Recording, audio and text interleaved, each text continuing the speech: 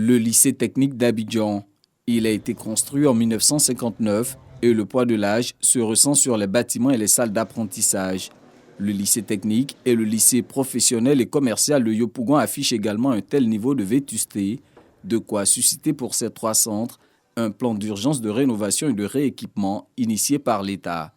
Les travaux vont consister à une réhabilitation profonde, depuis le plafond, la charpente, les carrelages, la peinture, les aluminiums et même les portes en bois, tout va être repris entièrement. Et par la suite, aussi tout ce qui est plomberie sanitaire, tout ce qui est électricité vont être vus pour donner quand même un cadre de vie confortable à nos étudiants. Sinon, pour la rentrée, les étudiants pourront rentrer dans les salles de classe entièrement rénovées. En plus de la réhabilitation des salles de cours, les salles d'apprentissage seront également dotées de nouveaux équipements à la faveur de ces travaux qui vont durer 2 ans, comme pour attester de la volonté de l'État à bâtir un capital humain compétent et adapté aux besoins du marché de l'emploi.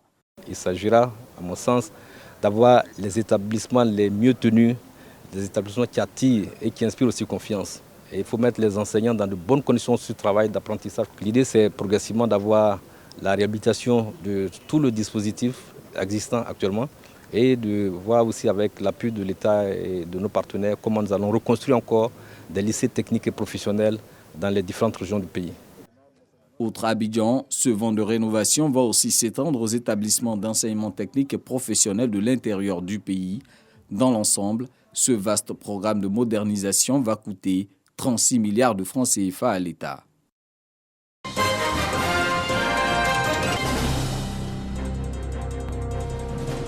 Réforme législative et réglementaire pour un meilleur encadrement des secteurs de l'urbanisme, de la construction et de l'habitat.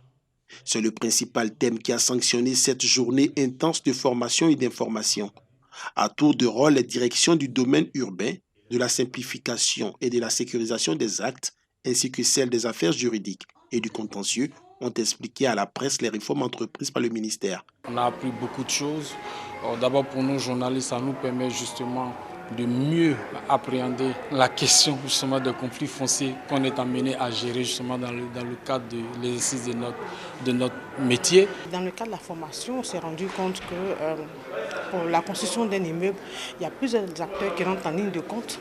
Et aujourd'hui, il se trouve que certains promoteurs usent de certaines astuces pour contourner la loi. Une formation qui tombe à point nommé. Selon le ministre Bruno Nabayokone, elle permettra de lutter contre la désinformation. La principale cause de la désinformation, c'est quoi? Bien souvent, malheureusement, c'est la méconnaissance. C'est l'ignorance, la méconnaissance des règles, des principes. Et dans tous les secteurs d'activité, cela existe.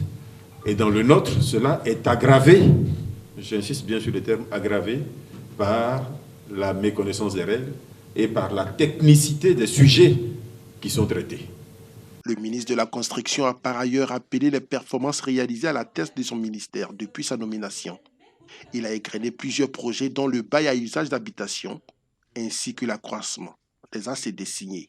En 2020, nous avons signé au niveau ministériel plus de 17 000 ACD, là où la moyenne était de 5 500 ACD au cours des 5 années précédentes, c'est-à-dire depuis la réforme de l'ACD. Je vous invite à faire en sorte que nos populations aient désormais recours, ou systématiquement recours à ce contrat de bail type élaboré et mis sur le marché par le ministère. C'est un document qui est authentique, c'est un document qui est sécurisé. Nous avons voulu faire un prix forfaitaire qui est le même sur l'ensemble du territoire ivoirien. Ce prix, c'est 5 000 francs.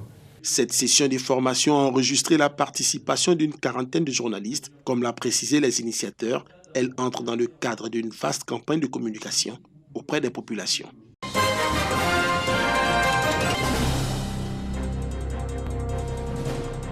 C'est dans une ambiance festive que commerçantes et agricultrices de Méagui célèbrent la cohésion sociale.